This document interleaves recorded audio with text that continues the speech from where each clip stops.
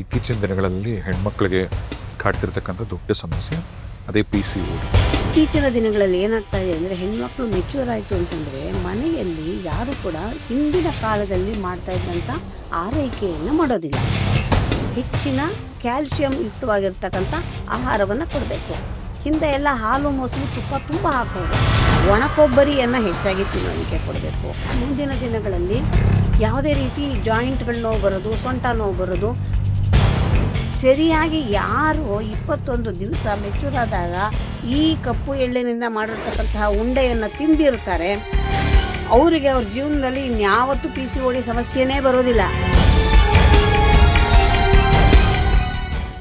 ಮತ್ತು ಇತ್ತೀಚಿನ ದಿನಗಳಲ್ಲಿ ಹೆಣ್ಮಕ್ಳಿಗೆ ಕಾಡ್ತಿರ್ತಕ್ಕಂಥ ದೊಡ್ಡ ಸಮಸ್ಯೆ ಅದೇ PCOD.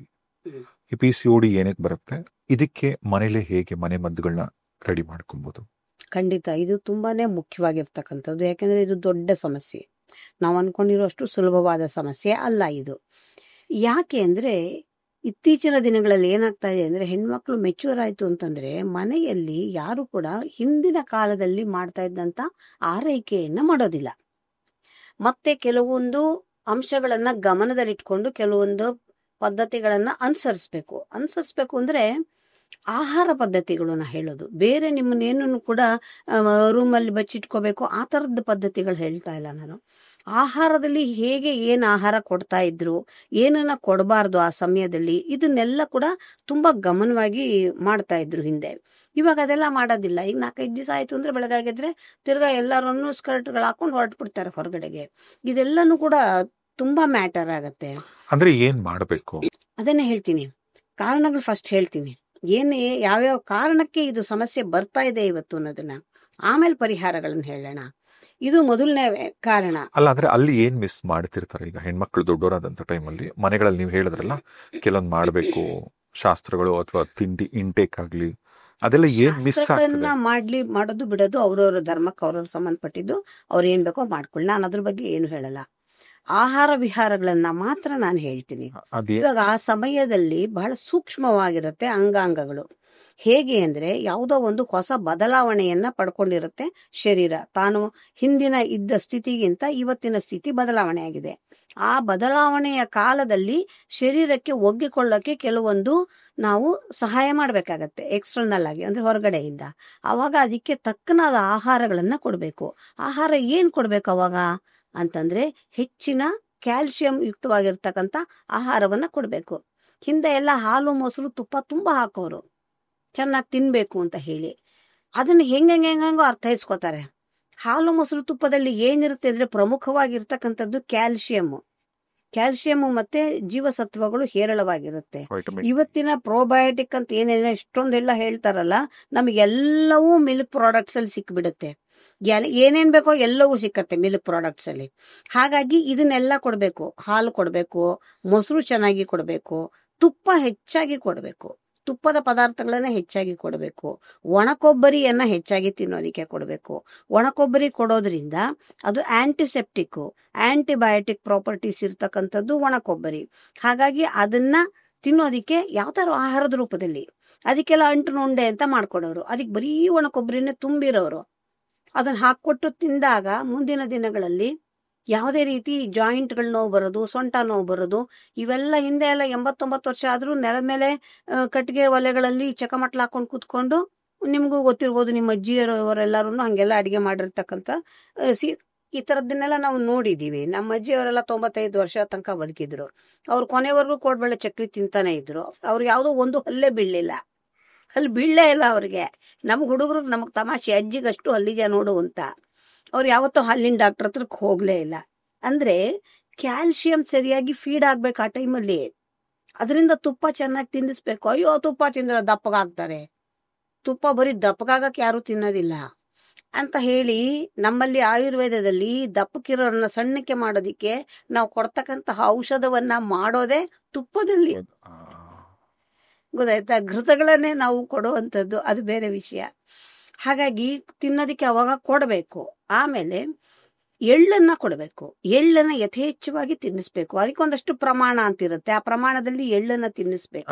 16 ದಿವಸಗಳ ಕಾಲ ಕಪ್ಪು ಎಳ್ಳನ್ನ ಚೆನ್ನಾಗಿ ತೊಳೆದು ಶುದ್ಧಿ ಮಾಡಿ ಹುರಿದು ಅದನ್ನ ಪುಡಿ ಮಾಡಿ ಜಜ್ಜಿ ಅದಕ್ಕೆ ಒಂದಷ್ಟು ಬೆಲ್ಲವನ್ನ ಸೇರಿಸಿ ಉಂಡೆ ಮಾಡಿ ಚಿಗಲಿ ಉಂಡೆ ಮಾಡಿ ಕೊಡೋರು. ಅದನ್ನ ಇವಾಗ ಯಾರು ತಿನ್ನೋದೇ ಇಲ್ಲ. ಸರಿಯಾಗಿ ಯಾರು 21 ದಿವಸ ಮೆಚೂರ್ ಆದಾಗ ಈ ಕಪ್ಪು ಎಳ್ಳಿನಿಂದ ಮಾಡಿರ್ತಕ್ಕಂತಹ ಉಂಡೆಯನ್ನ ತಿಂದಿರ್ತಾರೆ, ಅವರಿಗೆ ಅವ್ರ ಜೀವನದಲ್ಲಿ ಇನ್ಯಾವತ್ತೂ PCOD ಸಮಸ್ಯೆನೇ ಬರೋದಿಲ್ಲ. ಮುಗ್ದಾಯ್ತಲ್ಲ ಚಾಪ್ಟರ್. ನಾವ್ ಎಲ್ಲಿ ಫೇಲ್ ಆದ್ವಿ ಅನ್ನಕ್ಕೆ. ಸೊ ಹಾಗಾಗಿ ಈ ಎಲ್ಲ ಅನುಕರಣೆಗಳನ್ನು ಮಾಡಬೇಕು. ಹಣ್ಣುಗಳನ್ನ ಕೊಡಿ ಅಂತ ನಾವು ಹೇಳೋದೇ ಇಲ್ಲ. ಹಣ್ಣುಗಳನ್ನ ಕೊಡಿ ಅಂತಾನೆ ಹೇಳೋದಿಲ್ಲ. ನಾವು ಹೇಳೋದೇನೇನೆ ತರಕಾರಿಗಳನ್ನ, ಸೊಪ್ಪುಗಳನ್ನ ಯಥೇಚ್ಛವಾಗಿ ಕೊಡಿ ಅಂತ. ಹಣ್ಣುಗಳು ಕೊಡ್ಬೋದು, ಕೊಡಿ, ಅದ್ ಬೇಡ ಪ್ರಶ್ನೆ. ಅದನ್ನ ಬಿಟ್ಟರೂ ಕೂಡ ತರಕಾರಿಗಳು, ಸೊಪ್ಪುಗಳಲ್ಲಿ ಬೇಕಾದಷ್ಟು ಬೇಕಾಗುವಂತ ನರಿಶ್ಮೆಂಟ್ ಎಲ್ಲವೂ ಸಿಕ್ಕತ್ತೆ ಅದರಲ್ಲಿ. ಈ ತರದ ಆಹಾರಗಳನ್ನ ಕೊಡಬೇಕು, ಎಳ್ಳನ್ನ ಕೊಡಬೇಕು, ಇವೆಲ್ಲವನ್ನು ಕೊಡಬೇಕು. ಮತ್ತೆ ಗಾಳಿಗೆ ಮೈ ಓಪನ್ ಆಗಿ ಬಿಡಬಾರ್ದು. ಮೈ ಯಾವಾಗ ಬರುತ್ತೆ ಅಂದ್ರೆ ಥಂಡಿ ಗಾಳಿಗೆ ಶರೀರ ಓಪನ್ ಆಗಿ ಬಿಟ್ಟಾಗ ಬರ್ತಕ್ಕಂಥದ್ದು, ನಾಟ್ ಬಿಕಾಸ್ ಆಫ್ ಘೀ. ಹಾಗಾಗಿ ತುಪ್ಪದಿಂದ ದಪ್ಪ ಆಗ್ತಾ ಇಲ್ಲ. ಘೀ ಮೆಚೂರ್ ಆದಾಗ 1 ತಿಂಗಳು 2 ತಿಂಗಳ ಕಾಲ ಬೆಚ್ಚಗಿರ್ಬೇಕು. ಹಾಗಾಗಿ ಮನೆ ಒಳಗಡೆ ರೂಮಲ್ಲಿ ಬಚ್ಚಿಟ್ಕೊಳ್ಳೋ ತರ ಮುಚ್ಚಿಡ್ತಾ ಇದ್ದಿದ್ದು. ತುಂಬಾ ರಕ್ಷಣೆ ಮಾಡ್ತಾ ಇದ್ರು ಹೆಣ್ಮಕ್ಳನ್ನ. ನಾವು ಅನ್ಕೊಂಡ್ಬಿಟ್ಟಿದೀವಿ ನಮ್ನೆಲ್ಲ ಕೊಡ್ತಾ ಇದ್ರು ಅಂತ. ಅದಲ್ಲ, ಎಷ್ಟು ಜೋಪಾನ ಮಾಡ್ತಾ ಇದ್ರು ಹೆಣ್ಮಕ್ಳನ್ನ ಮೊದಲ ಕಾಲಕ್ಕೆ. ಹೀಗೆ ಮಾಡೋದ್ರಿಂದ ಸ್ಥೂಲತೆ ಬರ್ತಾ ಇರ್ಲಿಲ್ಲ. ಸಣ್ಣಕ್ಕೆ ಇರೋರು, ಅಷ್ಟು ತುಪ್ಪ ತಿನ್ಸೋರು ಸಣ್ಣಕ್ಕಿರೋರು, ಮನೆ ಎಲ್ಲ ಕೆಲಸವನ್ನು ಒಂದೇ ಹೆಂಗಸು ಮನೆ ಎಲ್ಲ ಮಾಡ್ಕೊಡೋರು ಮೊದಲ ಕಾಲಕ್ಕೆ. ಆ ತರಹ ಗಟ್ಟಿಯಾಗಿರ್ತಾ ಇದ್ರು. ಇದೆಲ್ಲವೂ ತುಂಬಾ ಮುಖ್ಯ ಆಗತ್ತೆ. ಈಗ ನಾವು ಆ ಕಾಲದಲ್ಲಿಲ್ಲ, ನಾವು PCOD ತಂದ್ಕೊಂಡ್ಬಿಟ್ಟಿದೀವಿ, ಈಗ ನಮ್ಗೇನಾದ್ರು ಹೇಳಿ ಅಂತ ನಮ್ಮ ಹೆಣ್ಮಕ್ಳು ಕಾಯ್ತಾ ಕೇಳ್ತಾ ಇರ್ತಾರೆ. ಅವ್ರಿಗೂ ಹೇಳ್ತೀನಿ. ಅದಕ್ಕೆ ಅವ್ರೇನ್ ಮಾಡ್ಬೇಕು, ಹಿಪ್ಪಲಿ, ಕರಿ ಎಳ್ಳು, ಹಿಪ್ಪಲಿ ಅಥವಾ ಹಿಪ್ಪಲಿ ಅಂತ ಗ್ರಂಥಿಗೆ ಅಂಗಡಿಲಿ ಕೇಳಿದ್ರೆ ಕೊಡ್ತಾರೆ. ಹಿಪ್ಪಲಿ, ಸ್ವಲ್ಪ ಬೆಲ್ಲ, ಸ್ವಲ್ಪ ಒಣಕೊಬ್ಬರಿ, ಇವ್ 4 ಸೇರಿಸಿ ಚೆನ್ನಾಗಿ ಇದು ಕಪ್ಪು ಎಳ್ಳನ್ನ ಹುರ್ಕೋಬೇಕು. ಪಿಪ್ಪಲಿನ ಏನು ಹುರಿಯೋಗೋಜಿಲ್ಲ. ಒಣಕೊಬ್ಬರಿಯನ್ನು ಸ್ವಲ್ಪ ಹುರ್ಕೋಬೇಕು. ಇದೆಲ್ಲವನ್ನು ಸೇರಿಸಿ ಚೆನ್ನಾಗಿ ಪುಡಿ ಮಾಡಿಟ್ಕೋಬೇಕು. ಮಾಡಿಟ್ಕೊಂಡು ಪ್ರತಿದಿನ ಮಲ್ಕೊಳ್ಳುವಾಗ 1 ಚಮಚದಷ್ಟು ಪುಡಿನ ಬಾಯಿಗೆ ಹಾಕೊಂಡು 1 ಅರ್ಧ ಲೋಟ ಬಿಸಿ ಬಿಸಿಯಾಗಿ ಹಾಲು ಕುಡಿಬೇಕು. ಇದನ್ನ ಸೇವನೆ ಮಾಡ್ತಾ ಬಂದ್ರೆ 21 ದಿವಸ ಸೇವನೆ ಮಾಡಬೇಕು. 5-6 ದಿವಸ ಬಿಟ್ಬಿಡ್ಬೇಕು. ಮತ್ತೆ ಶುರು ಮಾಡಬೇಕು. ಮತ್ತೆ 21 ದಿವಸ ತಗೋಬೇಕು. ಈ ತರ 3 ಸೈಕಲ್ ತಗೊಂಡ್ರೆ ಇರ್ತಕ್ಕಂಥ PCOD ಸಮಸ್ಯೆ ಸರಿ ಹೋಗೋದಿಕ್ಕೆ ಸಾಧ್ಯ ಆಗುತ್ತೆ. ಎಲ್ಲ ಸುಲಭದಲ್ಲಿ ಸರಿ ಮಾಡ್ಕೋಬಹುದು. ಉಗುರಲ್ಲಿ ಹೋಗೋದಿಕ್ಕೆ ಕೊಡ್ಲಿ ತಗೊಂಡ್ರು ಅಂತ ಗಾದೆ. ಸಣ್ಣದಾಗ ನಾವು ಪರಿಹಾರ ಮಾಡ್ಕೊಳಕ್ ನಾವು ರೆಡಿನೇ ಇಲ್ಲ. ಎಲ್ಲ ಕೊಡ್ಲಿ ತಗೊಂಡು ಕತ್ತರ್ಸಕ್ಕೆ ಮೊದ್ಲು ಯಾವ್ದು ಗಾಲ್ ಬ್ಲಾಡರ್ ಸರಿ ಇಲ್ಲ, ಗಾಲ್ ಬ್ಲಾಡರ್ ಕತ್ತರ್ಸಾಕು. ಅದ್ಯಾವ್ದು ಸರಿ ಇಲ್ಲ, ಆ ಜಾಗನೇ ಕತ್ತರ್ಸಾಕು. ಆ ಲೆವೆಲ್ ಬಂದ್ಬಿಟ್ಟಿದೀವಿ. ಎಲ್ಲದಕ್ಕೂ ಸುಲಭ ಪರಿಹಾರ ಇದೆ. ನಾನು ಹೇಳಿ ಇವತ್ತು ಎಲ್ಲರೂ ತುಂಬಾ ಜನ ಯಮ್ಮ ಎಷ್ಟು ಸುಲಭ ವಾಸಿ ಆಗೋಯ್ತು, ಅಮ್ಮ ಇದು ಹೆಂಗ್ ಇಷ್ಟು ಸಲ್ಲಿಸೆ ವಾಸಿ ಆಗೋಯ್ತು, ಎಷ್ಟೊಂದ್ ದಿವಸದಿಂದ ಒದ್ದಾಡ್ತಾ ಇದೆ ಅಂತ ನನ್ ಮುಂದೆನೆ ಹೇಳ್ತಾರೆ. ನಮ್ಗೆ ಇಷ್ಟು ಲೆಟರ್ಸ್ ಬರುತ್ತೆ, ಥ್ಯಾಂಕ್ಫುಲ್ ಟು ಯು ಅಂತ ಹೇಳಿ. ಯಾಕೆ ಅಂದ್ರೆ ತುಂಬಾ ಸರಳವಾಗಿ ಪರಿಹಾರ ಆಗುವಂತ, ತುಂಬಾ ಸರಳದ್ದೇ ಹೇಳ್ತೀನಿ ನಾನು. ನಮ್ಮಲ್ಲಿ ಮೂಲಿಕೆಗಳು ಬೇಕಾದಷ್ಟಿದೆ, ಅದು ಎಲ್ಲ ನಾನು ಹೇಳ್ಬೋದು. ಯಾರು ಹುಡ್ಕೊಂಡು ಹೋಗ್ತಾರ ಪಾಪ, ಎಲ್ಲಿ ಸಿಕ್ಕತ್ತೆ ಎಲ್ರಿಗೂನುವೆ. ಅದಕ್ಕೆ ನಾನು ಅಂತವೆಲ್ಲ ಹೇಳಕ್ಕೆ ಹೋಗಲ್ಲ. ಅಯ್ಯೋ ಇವ್ರು ಇದನ್ನೇ ಹೇಳ್ತಾರೆ ಅನ್ನಂಗೂ ಅರ್ಥ ಮಾಡ್ಕೋಬಾರ್ದು. ಸುಲಭವಾಗಿ ಸಿಕ್ಲಿ ಅನ್ನೋಂಥದ್ದನ್ನೇ ಹೇಳೋದು. ನಾನು ಕಾಡು ಮೇಡಿಗೆ ಹೋಗಿ ಹುಡ್ಕೊಂಬರೋ ಅಂತ ಪದಾರ್ಥನ ಹೇಳೋದೇ ಇಲ್ಲ. ನಾನು ಹೇಳೋದೇನಿದ್ರು ಹಾದಿ ಬೀದಿಲಿ ಸಿಕ್ಬೇಕು, ಇಲ್ಲ ಅಂದ್ರೆ ಅಟ್ ದ ಮೋಸ್ಟ್ ಅಂದ್ರೆ ಒಂದು ಗಂಗೆ ಅಂಗಡಿಲಿ ಸಿಕ್ಬೇಕು ಅಂತದನ್ನೇ. ನಾ ಹಿಂದೆ ಒಂದು ಕಾಲೆಲ್ಲ ಬಿರುಕು ಬರುತ್ತಲ್ಲ, ಯಾವುದೋ ಒಂದು TV ಶೋನಲ್ಲಿ ಕಾಲು ಬಿರುಕುಗಳು ಇರೋರಿಗೆ ಅಂತ ಹೇಳಿ ಒಂದು ಮುಲಾಮ್ ಮಾಡಿ ತೋರಿಸಿದ್ದೆ. ಅದಕ್ಕೊಂದು ಮೈನ್ ಇಂಗ್ರೀಡಿಯೆಂಟ್ ಹೇಳಿದ್ದೆ. 1 ತಿಂಗಳೊಳಗೆ ಬೆಂಗಳೂರಿನಲ್ಲಿರೋ ಹೆಚ್ಚು ಕಮ್ಮಿ ಎಲ್ಲಾ ಗ್ರಂಥಿಗೆ ಅಂಗಡಿಯಲ್ಲಿರೋ ಅಂತ ಪದಾರ್ಥವು ಖಾಲಿಯಾಗೋಗ್ಬಿಟ್ಟಿತ್ತು. ನಾನೇ ಒಂದ್ ದಿವಸ ಅಕಸ್ಮಾತ್ ನಾನೇನೋ ತರಕ್ ಹೋದೆ.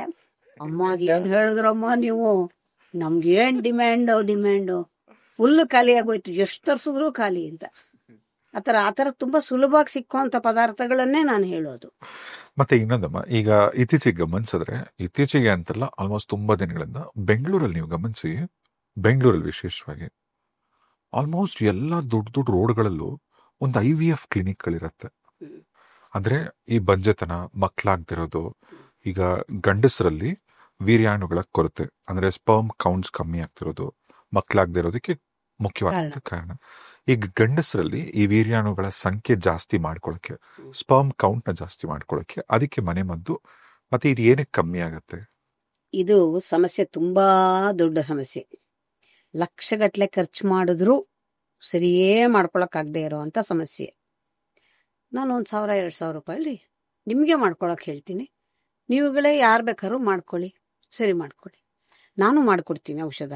ಮೂಲಿಕೆಗಳು ಹಾಕಿ ಹಂಗೂ ಅದಕ್ಕೂ ಬಗ್ಲಿಲ್ಲ ಅಂದಾಗ, ತುಂಬ ತೀವ್ರವಾಗಿದ್ದಾಗ ಸಮಸ್ಯೆ ಮಾತ್ರ ಬನ್ನಿ ಅಂತಲೇ ನಾನು ಹೇಳೋದು. ನಾನು ಮೊದಲು ನಾನೆಲ್ಲ ಹೇಳೇ ಕೊಡ್ತೀನಿ, ಕ್ಲೀನಾಗಿ ಮಾಡ್ಕೊಂಡು ಸರಿನೇ ಮಾಡ್ಕೊಳ್ಳಿ ಅಂತ. ನಾನು ಬಂದೇ ಬನ್ನಿ, ನನ್ನ ಹತ್ರ ನಾನು ಯಾರನ್ನೂ ಕರೆಯೋದೇ ಇಲ್ಲ. ವರ್ಸ್ಟ್ ಕೇಸ್ ಬೇಕಾದ್ರೆ ಬನ್ನಿ ಅಂತ ಅಷ್ಟೇ ಹೇಳೋದು. ಅದು ನಾನು ಓಪನ್ ಆಗಿ ಯಾರನ್ನೂ ಕರೆಯಲ್ಲ ಬನ್ನಿ ಅಂತ. ನನ್ನ ಉದ್ದೇಶ ಅದಲ್ವೇ ಇಲ್ಲ. ನನ್ನ ಉದ್ದೇಶವೇ ಎಲ್ರೂ ಕೂಡ ಇವತ್ತು ಹೆದರಿ ಸಾಯ್ತಾ ಇದ್ದಾರೆ. ಸುಮ್ಮನೆ ಸಾಯ್ತಾ ಇಲ್ಲ ಜನ, ಹೆದರಿಕೆಗೆ ಸಾಯ್ತಾ ಇದ್ದಾರೆ. ಅದಾಗಬಾರ್ದು. ಜನ ಧೈರ್ಯವಾಗ್ಬೇಕು. ಹೌದು, ಇಂಥ ಸಮಸ್ಯೆನ ಇದ್ರೊಳಗೆ ಇದು ಹೋಗುತ್ತೆ, ಇದಕ್ಕೆ ಯಾಕೆ ಹೆದರ್ಕೋಬೇಕು ನಾವು ಅನ್ನೋ ಲೆವೆಲಿಗೆ ನಮ್ಮ ಜನ ಬರಬೇಕು ಅನ್ನೋದು ನನ್ನ ಉದ್ದೇಶ. ಈಗ ಅಮ್ಮನ ಅಂದ್ರೆ ಡಾಕ್ಟರ್ ಗೌರಿ ಸುಬ್ರಹ್ಮಣ್ಯ ಅವ್ರನ್ನ ಭೇಟಿ ಮಾಡಬೇಕು ಅಂದ್ರೆ ನಿಮಗೆ ಡಿಸ್ಕ್ರಿಪ್ಷನ್ಲಿ ಅಮ್ಮನ ಒಂದು ಕಾಂಟ್ಯಾಕ್ಟ್ ನಂಬರ್ ಕೊಟ್ಟಿರ್ತೀನಿ. ಆಮೇಲೆ ಮುಕ್ತಿನಾಗ ಟೆಂಪಲ್ ಅಲ್ಲಿ ಅಮ್ಮ ನಿಮಗೆ ಸಿಗ್ತಾರೆ. ಹಾಗಾಗಿ ವೀರಾಣುಗಳ ಕೊರತೆ ಯಾತಕ್ಕೆ ಬರುತ್ತೆ ಅಂದ್ರೆ, ಅಗೈನ್ ಇವತ್ತಿನ ಲೈಫ್ ಸ್ಟೈಲು, ಇವತ್ತಿನ ಒಂದು ಅನುವಂಶೀಯವಾಗಿ ಬರಬಹುದು, ಬರುತ್ತೆ. ಅದೊಂದನ್ನು ಬಿಡೋಣ, ಅದು ತುಂಬಾ ಮೈನರ್ ಪರ್ಸೆಂಟೇಜ್ ಅದು. ಆದರೆ ಹೆಚ್ಚಾಗಿ ಇವತ್ತು ಇಷ್ಟೊಂದು ದೊಡ್ಡದಾಗಿ ಬೃಹದಾಕಾರವಾಗಿ ಬೆಳೆದು ನಿಂತಿರುವಂಥ ಈ ಸಮಸ್ಯೆಗೆ ಕಾರಣ ಲೈಫ್ ಸ್ಟೈಲು. ಎಲ್ಲ ಸ್ಟ್ರೆಸ್ಸು. ಯಾರು ಪೂರ್ತಿ ಉಸಿರಾಡ್ತಾ ಇದ್ದೀವಾ ಬೆಂಗಳೂರಲ್ಲಿ? ಇಲ್ಲಿಂದನೇ ಉಸಿರಾಡ್ತಾ ಇರೋದು ನಾವು. ಉಸಿರಾಟ ಇಲ್ಲಿಂದ ಬರಬೇಕು, ನಾಭಿಯಿಂದ ಬರಬೇಕು. ನಾವು ಯಾರು ಅಲ್ಲಿಂದ ಉಸಿರಾಡ್ತಾ ಇದ್ದೀವಿ? ನಮ್ಗೆ ಯಾವಾಗಲೂ ಟೆನ್ಷನು. ಬೇಗ ಬೇಗ ಬೇಗ ಊಟ ಮಾಡೋದು, ಗಬ ತಿನ್ನೋದು, ಗಾಡಿ ಓಡಿಸೋದು, ಎಷ್ಟು ಸಲ ಬ್ರೇಕ್ ಹಾಕ್ತೀವಿ, ಎಷ್ಟು ಸಲ ನಾವು, ಎಷ್ಟು ಸ್ಟ್ರೆಸ್ ಇರುತ್ತೆ ಬಾಡಿನಲ್ಲಿ. ಇವೆಲ್ಲವೂ ಶರೀರದಲ್ಲಿ ಅಲ್ಲಲ್ಲೇ ಗಂಟುಗಳಾಗ್ತಾ ಇರುತ್ತೆ, ಕಣ್ಣಿಗೆ ಕಾಣಿಸೋದಿಲ್ಲ.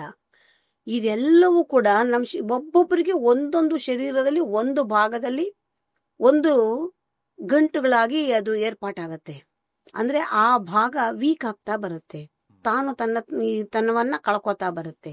ಕೆಲವರಿಗೆ ಕಣ್ಣಿನ ಮೇಲೆ ಸ್ಟ್ರೆಸ್ ಆಗತ್ತೆ, ಕೆಲವರಿಗೆ ಹಾರ್ಟ್ ಮೇಲೆ ಆಗತ್ತೆ, ಕೆಲವರಿಗೆ ಕಿಡ್ನಿ ಮೇಲೆ ಆಗತ್ತೆ, ಕೆಲವರಿಗೆ ಈ ಸ್ಪರ್ಮ್ಗಳು ಉತ್ಪತ್ತಿ ಆಗೋ ಜಾಗದಲ್ಲಾಗತ್ತೆ. ಹೀಗೆ ನಾನಾ ಕಾರಣ.